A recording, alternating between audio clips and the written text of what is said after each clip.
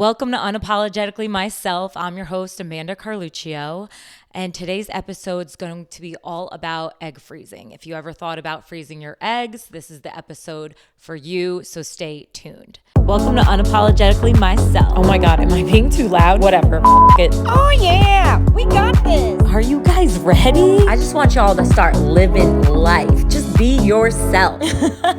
Let's do this, bitches. So a little recap of my month. I finally moved in with my boyfriend and it has been bittersweet. Fun fact, if you've been following me for a while, you probably thought I lived with my parents, but I don't. I used to live on my own in the cutest apartment. It was like my first big girl apartment ever. And it's like kind of where I found myself. You know, I was like in a bad place. I went through a breakup right before I moved in, and then I moved in and I was there for 3 years and I found myself. I loved living by myself. It was amazing. And it's just bittersweet to leave that because I had so many memories there and I had spiral staircases and I'm obsessed with them. So I'm really going to miss them. And also we have to change the thoughts from the loft. So every episode at the end, I do thoughts from the loft because my podcast room was in the loft in my old apartment, but now I don't have it anymore. So we'll have to change that little saying. Well, we could still say thoughts from the loft, but for now, we'll think of something else. But moving in with my boyfriend, I know I was hesitant because the last time I moved in with a man, it didn't go as planned and I wound up getting cheated on, but let's hope this one's better.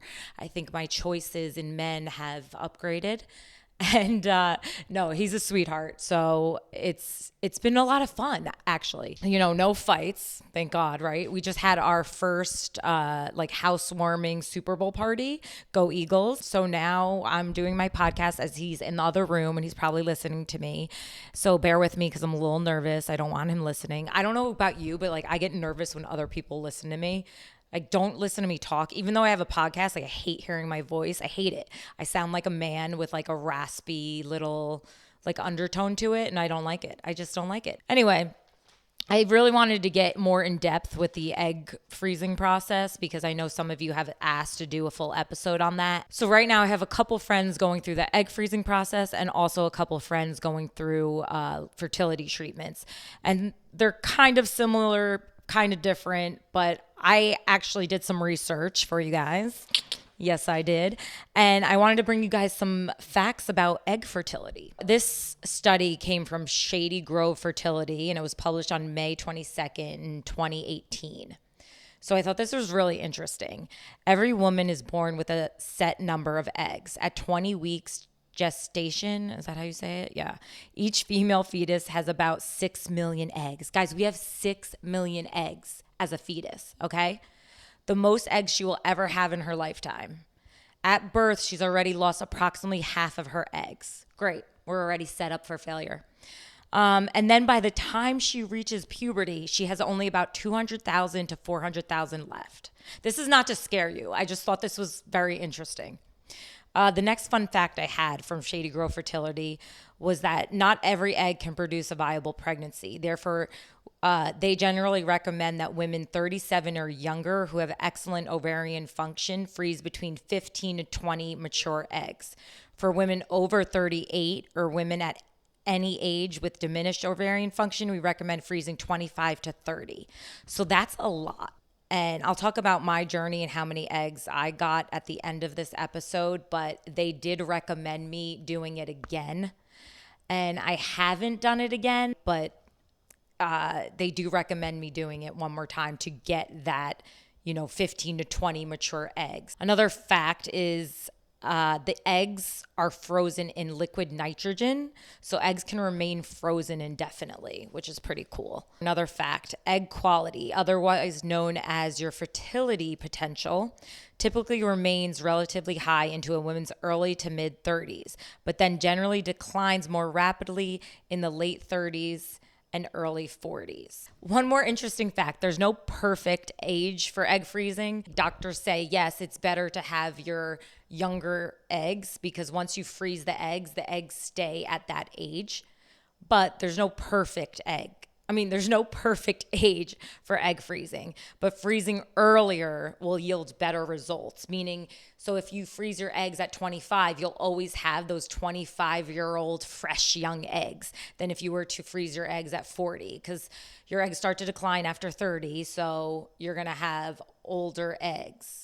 Does that make sense? I hope I'm making sense. I'm not a doctor, but I did some research for y'all. Let's get into my process and what I went through when I did my egg freezing. So I always said to myself, if I am 30 and single, I'm going to freeze my eggs. 30 happened. I didn't do it. 31 happened. I didn't do it. 32 happened. I didn't do it. I did it when I was 33. I was like, okay, you know what? This time I was single at 33. I'm doing it. I had just met my now boyfriend then, but I was like, it doesn't matter. We're not engaged. We're not even engaged. It doesn't matter. I would still do it. I wanted to freeze my eggs. I want a family so much. And I also, when I was in my 20s, I felt like I was more ready for kids than I am now. Cause I'll be damn honest. I am tired now. Like I was a young 20-year-old. I was ready for kids. I wanted kids early. I always wanted to be a young mom. And here I am, 35 years old and still not even pregnant. But you know what? It is what it is. God has a plan. When I decided to do it, I was excited, nervous, apprehensive. How much is this going to cost? Why am I doing this? And you know what? Don't listen to anybody but yourself. Like you'll have older family and even younger family going, why you're doing that? You're so young. Then you have the older generation saying, what do you mean? You're not going to have kids in your 40? That's too old. Just stop. Stop. I'm tired of the timelines. I'm tired of the biological clock ticking. I'm tired of people getting in your business and telling you stuff. If it's something that is important to you and you want peace of mind and you want to do it, do it. So I did it because I was tired of waiting for a man almost. I was tired of waiting for a man. I was just like, I want to do it because I want a family, and this is for my future family. Even if I find that person and that one and I want to build a family with them, who's to say that I won't need these eggs and he'll be happy, aka Steve, which is my boyfriend now, will be happy if we have trouble. You know what I'm saying? So first things first, I went to RMA in Berkeley Heights, New Jersey. My first consultation, I got to talk to the doctor. I spoke with the nurse coordinator. They did an intravaginal exam to check to make sure all my follicles were good. And they called like the eggs follicles, like where there would be eggs, they called them follicles. Odd, I know, but that's what they did. Blood work, urine sample, and then I also spoke to the financial coordinator, which we loved. So that's what I did in my first consultation. And when I spoke with the financial coordinator, they told me around approximately how much it would be. They set me up with a loan service, and I used Future Family, in which I could take a loan out and pay them monthly. And guess what? I'm still paying them monthly. And I did it when I was 33, and I am 35 now, but that is okay. I'm going to tell you how much it was in a moment. That was the first visit. So the first consultation. The second visit, they did a saline sonogram, which they injected saline into my vagina and checked everything out in there. And it doesn't hurt, but they do say to take Tylenol an hour before your visit, just in case you might have like some discomfort and cramping. And it really wasn't bad. It wasn't bad at all. I don't even think I had cramping. But anyway, they put saline in there and check for any abnormalities or any issues. Thank God I was fine. So I was scheduled to have my third visit. The third visit, we did blood work again, and they started me on Estradiol pills, which is estrogen, and I took 1 tablet twice a day. Now, when I took these Estradiol pills, my tits were massive.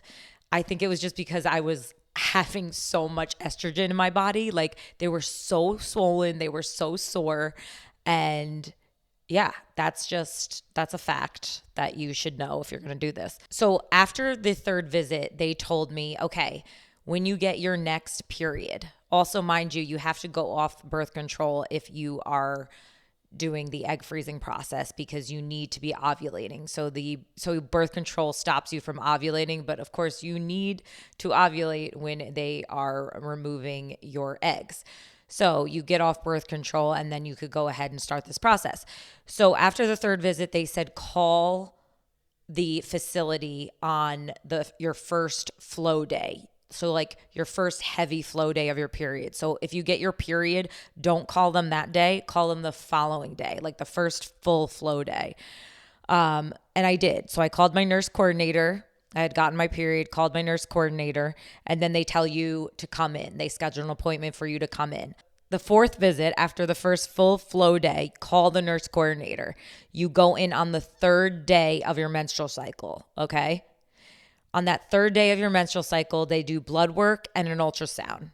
And then, lucky you get to start injections. So then I got to start my injections, which you get from a different like medication facility. I had to drive like about, I want to say a half hour to get all my medication. And then you get the medication and you're going to freak out like I did. I was like, this is so much. What do I do? Don't freak out. You're going to have a nurse coordinator that's going to help you through the entire process. My nurse coordinator was literally a saint. I called her and she went through how to inject myself and everything over Zoom. So she was awesome. After you do the blood work and ultrasound, you get to start injections that day. They gave me 2 injections in my lower abdomen. I can't even talk. They gave me 2 injections in my lower abdomen. So I was given the gonal F at 450 units and a low dose ECG at 20 units. This is different for everyone depending on how many follicles you have, depending on your ovarian reserve. So I did this every night for, I want to say 12, almost 11, 12 days. So I would go about my day. I try to do it the same time every day. So I think I did it at 5 o'clock. I would inject myself with the gonal F and then I would go ahead with the low dose ECG. And I felt like a mad scientist and the injections did not hurt that bad. I was actually surprised that I had my mom try to help me do it and I didn't like her doing it. It actually felt better when I did them myself. So like you just pinched your stomach, put it in real quick and it was fine. It didn't hurt that bad. There's so many videos on YouTube that you can watch if you're nervous. It really wasn't bad. The worst part I would have to say is I felt huge. Like I felt so bloated. I like couldn't button my pants. It was just, you felt so uncomfortable because they're giving you those estradiol pills and they're injecting you with hormones to make those eggs bigger so they can retrieve them. So you feel huge because all those eggs are just getting enlarged and like you almost feel pregnant. Like I looked pregnant. I have a picture of myself and I look pregnant and I just felt so uncomfortable. I will say a lot of people experience depression when they go through this because it's very emotional, but I have to say I was the happiest I've ever been. Like I was happy and fat and I loved it. You are injecting yourself with the pregnancy hormone. So I was like, oh, maybe I'll be so happy when I'm pregnant. But it was a lot because you have to inject yourself every day. You feel uncomfortable. You don't like want to go hang out with your friends. You don't really want to do anything because you just injected yourself. Some people get bruising. Luckily, I didn't get any bruising, thank God. But it's a lot. It's a lot mentally to go through. And physically, I just felt huge. That was like really the only downside other than the fact of it being a long process. Like this whole process from start to finish took a month. From the first consultation to the egg removals. It just was a very long process. So after that, we get to day 9 of injections, and I started taking a Provera pill daily at night. They wanted to start me on. And then day 11 of injections came, and that's when I took the trigger shot. Now, what the trigger shot does is it triggers your eggs to be released so that they can go in and remove them. Now, during this process, during the injections, I had to go into the facility to RMA every morning to check my vitals, and they also checked my eggs. So they would tell me how many eggs I had. And at this point, I had around 20. So every morning I would get my vitals checked, and they would check my ovarian reserve. They would check my eggs. And they would say, okay, we want to inject you a couple more days because there's a couple more that are going to get enlarged and we really want to be able to get them. So day 11 of injections come. It's time for the trigger shot. At this time, I had about 20 good eggs. I think they said 20 good follicles in there. So you want to take the trigger shot 24 hours before your procedure. And yes, there's a procedure and they do knock you out for it. And I didn't know this. I went ahead and took the trigger shot at 2 a.m. because I was getting the procedure done at 2 p.m. So you need to take it 24 hours before. So I had to wake up at 2 a.m., give myself the trigger shot. I stopped taking the other 2 shots. So that night I stopped taking the Gonal F and the low dose ECG, took the trigger shot, and then I also had to take another shot of Pregnol. So I stopped the 2 other shots and I took the trigger shot and the Pregnol shot before my procedure. The next day, my mom took me to RMA to do the procedure. It's only about 15 minutes. Yes, you are out. You are under anesthesia. You don't feel anything because you're under anesthesia. You wake up like that because it's only 15 minutes. And then right then and there, they tell you how many eggs they retrieved. When I woke up, I didn't feel any discomfort.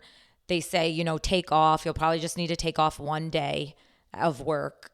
Because you just might feel groggy from the anesthesia and might not feel well. But other than that, I felt fine. When I woke up, they told me they retrieved 20 eggs. But the thing is, they tell you the next day whether those eggs matured because you can only freeze the matured eggs. So they got 20, and that's a great number. I was so surprised. And then they called me the next day and they said only 11 matured. So out of the 20, only 11 matured, which is still a great number, but they did recommend me doing it again because you really want to have, like I said in the beginning, between 20 and 30 eggs if you really want to have a high chance of having more than one kid. So I said, you know what, I'm going to hold off for now. If I am 36 and still not pregnant, I will do it again. I am 35, so next year I'll probably do it again. But anyway, it's also very expensive, so probably won't. I don't know. 11 is a really good number, and I'm grateful for that. I know a lot of people have done it, and they don't get as great numbers, but you know what? That doesn't mean to say if they do it again, they can get an even higher number. What's crazy about us women is that every time your cycle comes, you can have a different amount of eggs, which is crazy. So like one time they can get 20 eggs, but then the next time you go, you only have 5, unfortunately. It just all depends. It's really crazy how our body works. I'm really happy I did it. I think I have a little peace of mind. I don't constantly worry if I can have a child or not, which I used to. Like in my 20s, this is like all I would think about, which like you would think, Amanda, like you're only 20. Why are you thinking about freezing your eggs? Like, no, that's all I thought about because I wanted to be a young mom so bad. And it just hasn't happened yet, but that's okay. So I want to go over the cost. So the total approximate number they gave me and the total approximate number that I actually spent was $12,000. Mind you, I live in New Jersey and I live in Morris County area. So I know it's way different in other states. Also, I would recommend asking your employer if they do have egg retrieval benefits. Sometimes they help with infertility issues, like couples that are having infertility issues, and they'll definitely help you with that. But when it comes to egg retrieval, sometimes they don't. Unfortunately, my office did not have egg benefits yet, but they are looking into it. So maybe for my next retrieval, they'll help me out. But I definitely would ask your employer because a lot of them do cover it. But so the cost up front, they needed $8,600 up front. And then for the medication, it was $3,000. But luckily, I was able to go through Future Family for a loan and then pay monthly, which I'm still paying monthly. And yes, the interest rate is high, but I know it was an investment for my future. And to me, that was worth it. And it's basically just like a car payment. I think it's like $270 right now a month, which yes, it's a lot, but I'm really happy I did it. I have 11 frozen eggs now, so I'm really happy. If you guys have any questions, please don't hesitate to DM me on Unapologetically Myself, the Instagram. I'll definitely answer your questions there. It was a very tiring process. You know, I felt very it was almost like discouraging because you're like, oh, I wish I didn't have to do this, but it was something that I hoped would bring me peace of mind, which it did, because I was constantly worried, oh my God, am I going to have a baby? You look at all your friends. I'm 33 at the time, and everyone was on like their second kid, and I was like the only single one at that point. And regardless, even if I was still dating my boyfriend then, which I had just met him, I would have still done it because, I mean, you just never know. You don't know if like you and your partner would have infertility issues, and it just gave me peace of mind. So if you're definitely interested in that, I would say definitely look at your options, look at your financial options with your employer and check it out. It doesn't hurt to just look. Yes, it's expensive, but you can pay monthly. After the procedure, it takes a while to get your period back, just so you know. Once you get your period, you call the facility and let them know. Make sure everything's good. You might get a little cramping. It might hurt worse than when you usually get your period, because I think I had like really bad cramps. But nothing out of the ordinary. Everything's fine. And everyone was super nice at RMA. I'd highly, highly recommend them. They're known for their egg freezing. And I will say you do have to pay $1,200 a year to keep them frozen. So that is another con, unfortunately, but it is like an egg freezing fee to keep them frozen at the facility. And then I always wonder though, like, how do they know, like, where are my eggs stored? Like, how do I know they're not going to pick somebody else's eggs? I always wonder about that and worry about that sometimes. But you know what? I like to think that no one's going to do that. So let's keep our fingers crossed. So I can hear my boyfriend laughing in the other room. So we're just going to ignore that. Also, his name is Steve. Yeah, he's laughing. I can hear him. His name's Steve. So Stephanos, the Greek, is laughing in the other room, probably having feta. He probably has feta all over his face because he puts feta on everything, like even his cereal. Anyway, that is all for the egg freezing. And let's see, like some thoughts from the loft. I really don't have any thoughts for you guys today, so I apologize. But I will say one of my thoughts is how I am very happy that I have my own bathroom and do not have to share it with Stephanos, because he is a messy boy and he gets water over everything. And I don't know why. Like, why do you guys have to get water everywhere? Like, his towel is sopping wet. I know I talked about this on the last episode, but it's really bad. Anyway, we have 2 bathrooms and I'm so happy I don't have to share with him. Third, I now have a dog. My boyfriend has a German Shepherd. And there's hair everywhere. So if anyone has a recommendation on a really good lint roller, please, I'm begging you, please put it down below because I need it. But she's adorable. Her name is Luna. She's 2 years old and I'm obsessed with her. I actually love sleeping with her. Like, I wish she would sleep with us in the bed the entire night, but when we shut the lights off, she goes in her little bed, and I wish she would just like stay with me. She's just like a huge body pillow. She's actually like my size standing up, which I'm like 4'11". She's probably even taller, but she's just such a good dog and I love her. And that's it, guys. Thanks for tuning in. If you have any questions, please comment below. You can watch this on YouTube and listen to us on Spotify or Apple Podcasts. And I will see you guys next month. Thanks, guys. Have a good day. Love you. Bye. Mwah.